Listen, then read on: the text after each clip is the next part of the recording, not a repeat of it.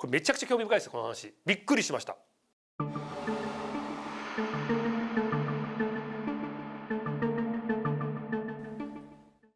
どうも、島田秀平です。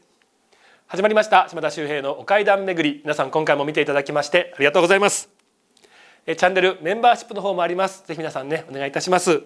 そしてチャンネル登録、グッドボタン、あとコメントの方もですね、いつもありがとうございます。これからもよろしくお願いいたします。さあ、今回は皆さんから送っていただきました投稿怪談紹介していきたいと思います。5本、いや今回もね、どれもめちゃくちゃ面白い、興味深い話揃っております。本当にね、皆さんいつもこちら概要欄の方に番組のメールアドレスがあるんですけども、コメントね、そして怪談の方送っていただきましてありがとうございます。で、今回この5名様、紹介させていただきます。で、この5名様には番組特製の悪霊退散、そして開運という2枚1組のステッカープレゼントいたしますので、ぜひね、今度はそのメールアドレスにステッカーというね、件名タイトルをつけていただきまして、送り先の方を送ってほしいと思います。そちらの方にステッカー送ります。さあ、ではね、紹介していきたいと思うんですが、まずはこちら、ペンネームちいころさん、女性の方からいただきました。はじめまして、こんにちは。島田さん、いつもチャンネル欠かさず拝見しております。ありがとうございます。私が5歳くらいの時、小学校に上がる前ぐらいですかね、体験した不可解でとても奇妙な怖い話を聞いてほしいと思います。タイトルは鬼という話なんです。当時5歳くらいの頃ですね、私は母と父、そして双子の姉、4人で一軒家の方に住んでいました。その一軒家というのも母の実家からとても近く、母の実家からは歩いて5分もかからないほどの場所にありました。私の地元は、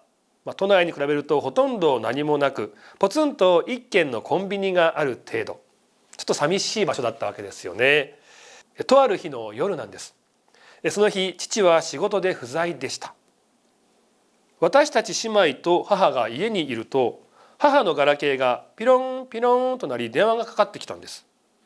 電話は母の実家からでした。電話の内容というのは、野菜をね、たくさんもらったから取りに来てよという電話だそうです。小さい町でしたが、その分近所付き合いはよく、みんながみんなを助け合いながら生きて生活をしていました。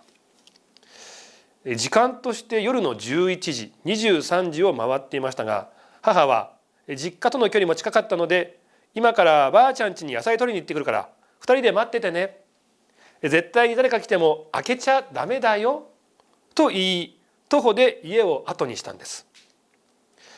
その時、私と姉、双子の2人ですね、ちょっとね、ヒヤヒヤしたんです。なぜかというと、当時季節は夏です。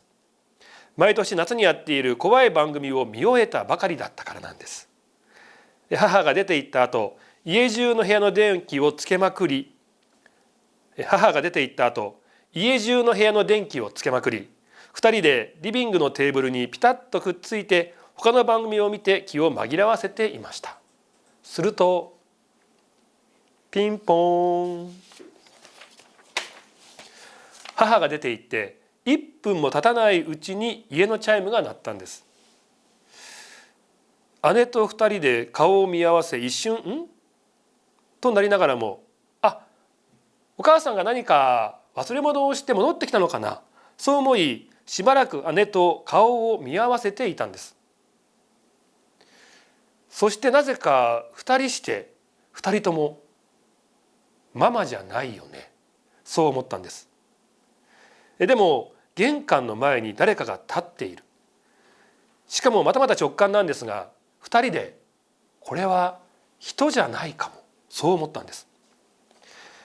私より勇気がある姉はテレビを消してちょっと見に行ってみよう、そう言い出し、私の手を引いて足音を立てずにそろりそろりと廊下を歩き、玄関の方に向かったんです。私の家の玄関、黒い扉なんですが、真ん中がすりガラスのようになっていて、外に人がいるとぼんやりと姿が見えるようになっているんです。姉と廊下から玄関の方、そちらを見た瞬間、息を止めてしまいました。それと同時に一気に鼓動が速くなり、心臓が口から出そうになりました。玄関のすりガラスの部分に映し出されたのは紛れもなく大男のような姿で、横にも縦にも大きい体のシルエットが浮かんでいたんです。当時の私たちから見ても明らかに人ではないことが認識できました。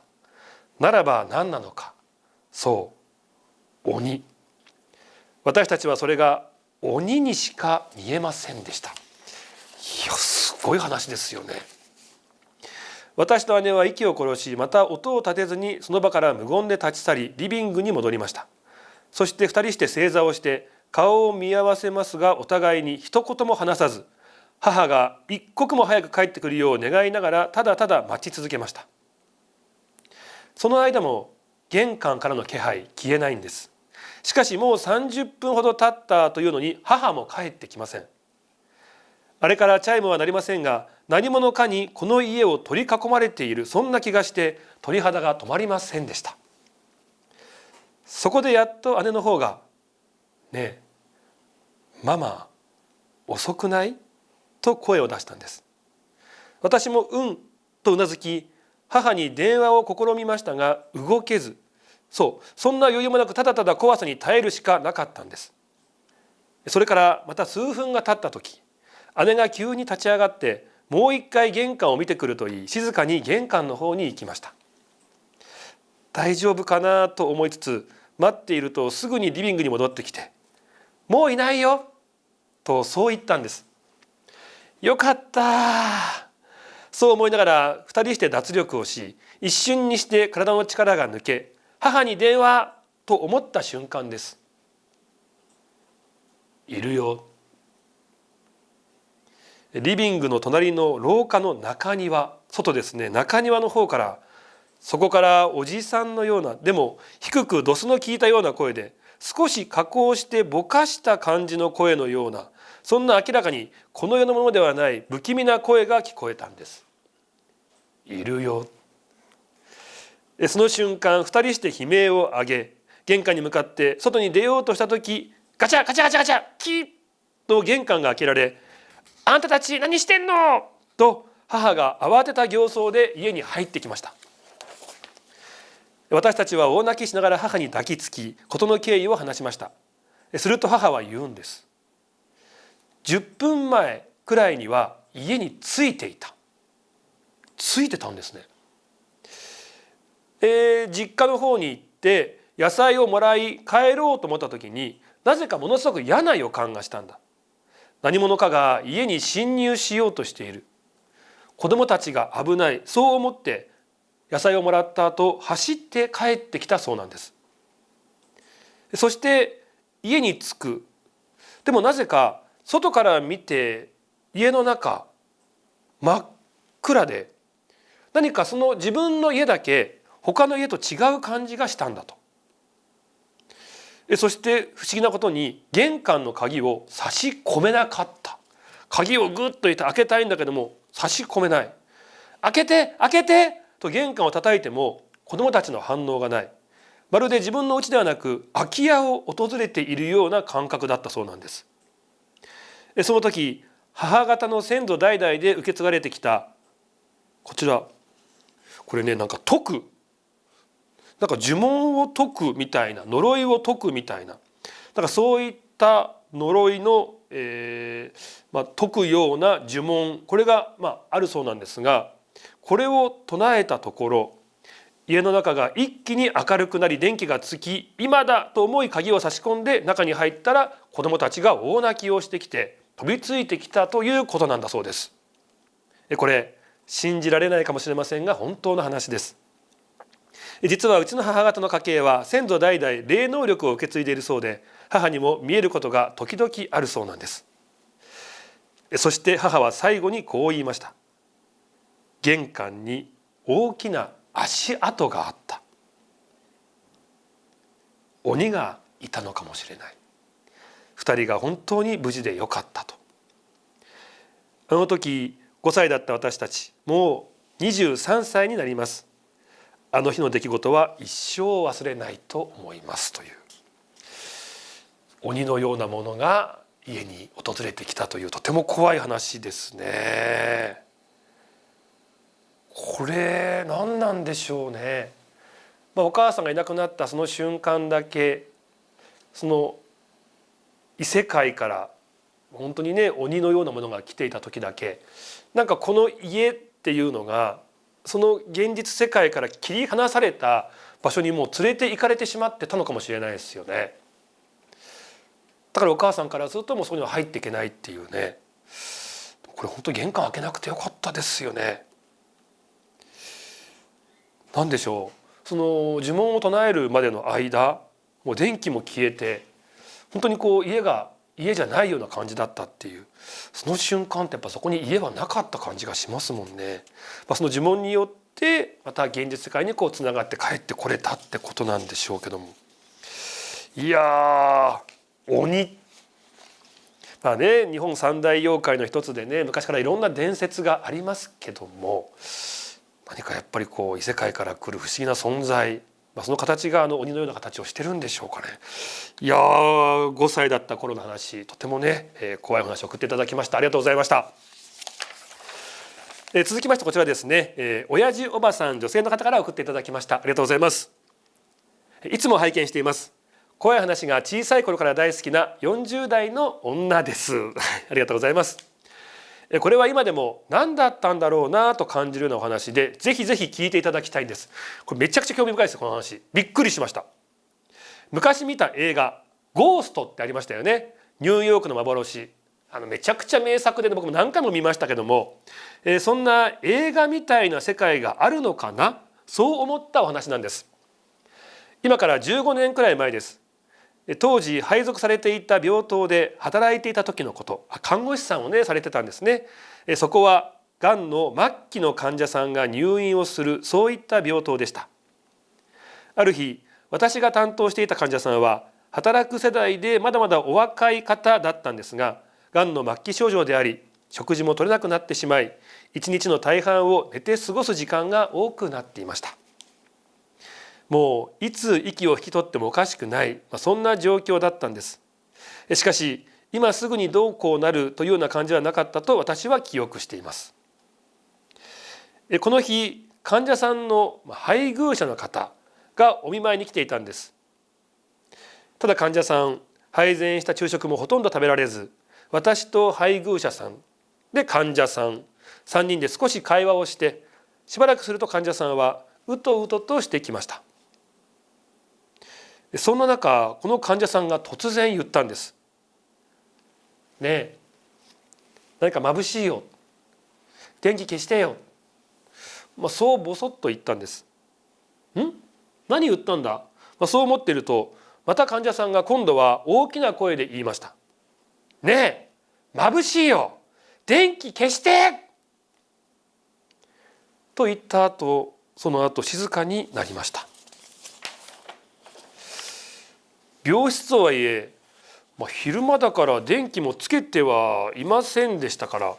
ついてないよ、消してるよとお伝えし、患者さんを見ると何かおかし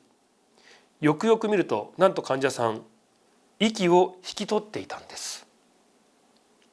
電気を消してという言葉が最後の言葉。この言葉を残して本当に急に命を終えられました。もちろん私も配偶者さんもあっけに取られました。なぜ患者さんは眩しいと感じたのか、なぜ電気を消してと言ったのか。映画ゴーストでは登場人物が亡くなるときに上から眩しく明るい光が差してきます。その光の中に魂がスーッと吸い込まれるようなシーンがあります。まさかこれだったのかな。だから眩しくて電気を消してと言ったのかな、なんてことをその日仕事から帰ってきて考えました。そんな体験でした。怪談ではないかもしれませんが、医療従事者は多分不思議な体験をしている方が多いと思います。お読みいただきましてありがとうございました。初めて聞きましたけどね。でも確かに亡くなる時、最後ファーッとこう光に包まれていくなんてね、そういう話も聞いたことありますよね。実際分かりませんけどもね。その光がもう本当にまばゆい光なんだけれども、あまりにも急に来たものだから電気消して眩しいよっていうふうに感じて言ってしまったのか。ゴーストに限らずなんですけどね、シックスセンスにしてもそうですし、あと日本のね有名なホラー映画もありますけど、あれ結構ね霊感がある方が見ると「そうそう」とか「これ絶対幽霊見えてる人が作ってるよ」とか「アドバイザー入ってるよ」って皆さん口揃えて言うんですよね。だからゴーストというのもね、亡くなった恋人がね残した彼女のことを思ってというね話ですけども、結構その見える人からすると分かるというか、ああそうだよね、こうなるよね、こういうことだよねっていう結構正しい情報ってあるのかもしれないですよね。いやでも本当に興味深いというか、うわーそんなことあるんだ、最後の眩しい光何だったんだろうなっていろいろ考えてしまう、なんかとても面白い話でしたね。本当にありがとうございました。さあ次もねこれどういうことなんだっていうね不思議な話なんですが、こちらペンネーム藤井武さん、男性の方から送っていただきました。ありがとうございます。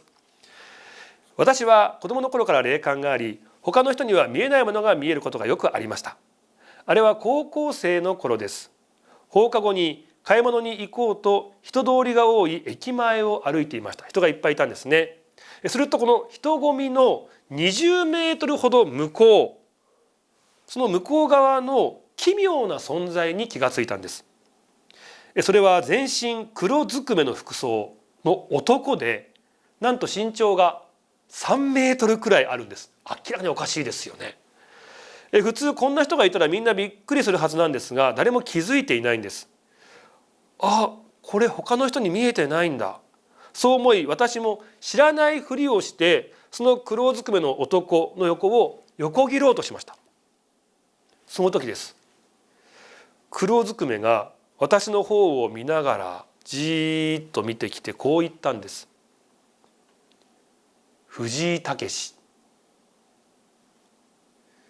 この方藤井武さんですね。なぜ自分の名前を知ってるのかという疑問もありましたが、とにかく怖くてその場から走り去りました。その後は何もありませんでした。黒ずくめの男、一体何だったんでしょうか。なぜ名前を知っていたのか、今思い出しても怖くて不思議な思い出です。まずね3メーター黒ずくめ、普通みんなとか見ますよね。誰も気づいてない時点でやっぱりこの世のものではないこの藤井武さんしか見えていない存在だったんだろうなってことが分かりますよね。で僕もいろいろ考えたんですけど、普通ね黒ずくめの男なんていうとやっぱりねメインブラックでやっぱりこう宇宙人がねたくさん実はいて、その記憶を消しに来るっていう謎のね、目撃情報とかもあるね不思議な話ありますけども、霊がね見えるっていう藤井さんで、霊が見える人って意外とね UFO の目撃情報もある方多いんですよ。だってもしかしたら藤井さんが何かそういうのを見ちゃったとか情報を得て、それをそのメインブラックのような秘密のね機関の男たちが来て記憶を消した。だからその瞬間だけ断片に覚えてるんだけどもその後は覚えてないみたいなね、ちょっと SF チックなね話もちょっと考えたんですけど、ただやっぱり普通に考えられるのは黒ですよね。黒ずくめ、死神のような存在だったのかなという。で多分異世界からうわっとこう現れてますよね。で自分のところに来て藤井武と言ってくる。しかも顔を覗いて藤井武と言うということは、この人ってもう別の空間から藤井さんに会いに来てますよね。目的地藤井さんなんですよね。だから死神のような存在、この後は何もないのでよかったんですけども、だったとしたらこうね知らないふりをしてその場から走り去ったって書いてありますが、これよかったなっていう。もし返事をしてしまったりしていたら危なかったんじゃないのかななんていうね、そんなことも思いましたけども、いやだからこの話皆さんもね今日聞きましたんで、明らかに違和感がある。でその人が自分の名前を呼んできた。ただ普通びっくりして思わず「とか「はい」とか言っちゃいがちかもしれませんけど、そこはぐっとこらえて気づかない、聞こえてないふりをしてやり過ごしてほしいなと思います。いやすごい話ですね。さあ続いてもなんでこんなことがって話ですね。ペンネームみさきさん、はい、女性の方です。ありがとうございます。いつも楽しく拝見させていただいております。これは私の父が体験をした不思議なお話です。私がまだ小学生の頃、夏休みに起こった話なんです。両親がちょうどお休みで家にいたので海に行きたいと父にお願いしたんです。父親はじゃあ今から行こうかと乗り気で、毎年お世話になっている海の家に今から行くというふうに電話をしていました。常連さんなんですね。毎年この時期になると行くという海の家、今から行くよなんていう、はいはいって感じでしょうか。海の家の人は気をつけてこいよ待ってるなと言ってくれたんで、準備をして車で家を出ました。そして数時間後、無事に着いたので車を止めようとすると、その海の家営業していないんです。さっき気をつけてこいよって言ってくれたのに、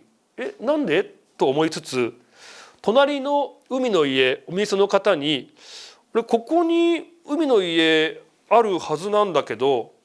ないですよね、なんで営業してないんですかって聞いたところ、数日前にその海の家のご主人が子供が溺れているのを助けに行き、一緒に亡くなってしまったという話を聞きました。父親はいやさっきだって電話で話しましたよとその話をしたんですが、いや今は電話はつながらないはずですと言われ驚いていました。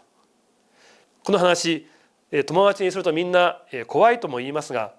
私たちからするととても優しくいい方だったので、この方と電話したこと、なぜか何も怖くないんですという、